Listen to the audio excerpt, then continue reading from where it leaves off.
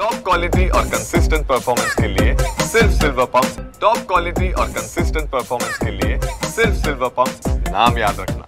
परळी नगरपालिकेने 2 ते 3 कोटी रुपये खर्चून या ठिकाणी पाहिले तरी कचरा घनकचरा प्रकल्प डिपो या ठिकाणी उभारण्यात आलेला आहे।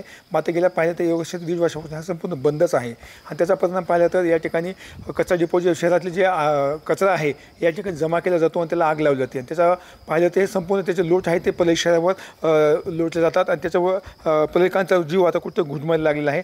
या ठिकाणी पाहिलं तर 3 कोटी रुपये खर्चून नगरपालिकेने हा प्रकल्प उभा करण्यात आला आहे आणि त्याचं कारण बी असं होतं की या ठिकाणी शहरातला जे कचरा आहे मोठ्या प्रमाणातला तर या ठिकाणी त्याचा प्रक्रिया करून त्याचा खत बनवला होता। मात्र या ठिकाणी संपूर्ण हा विषय झाला तो कागदावरचा आहे आणि या ठिकाणी पाहिजे संपूर्ण या ठिकाणी खाली शेड उभारण्यात आलेला आहे। संपूर्ण याचा खर्च आता वाया गेलेला आहे आणि त्याचं पाहिलं तर ज्या ठिकाणी कचरा जमा केला त्या ठिकाणी आग लावली जाते आणि संपूर्ण याचे लोट आहेत हे परळी शहरावर जात असतात आणि त्याच्यामुळे नागरिकांचं जे जीव आहे गुदमरला जातो आहे आणि या ठिकाणी पाहिलं तर वन प्राणीसुद्धा या ठिकाणी मोठ्या संख्येने संचार करत असतात। हरण असेल, मोर असेल या ठिकाणी त्यामुळे त्याच्या धोक्यात आलेला आहे। पाहिलं तर परळीमध्ये मोठ्या संख्येने राखीची वाहतूक केली जाते, अवैध राखीव वाहतूक त्यामुळे नागरिक त्रास असतात।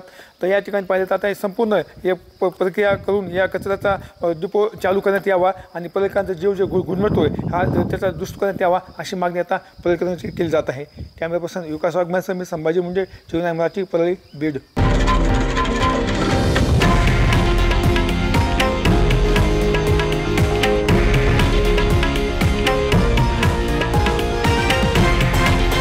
हे आहे देशातील नंबर 1 न्यूज नेटवर्क आणि आपण पाहत आहात TV9 मराठी, एकमेव।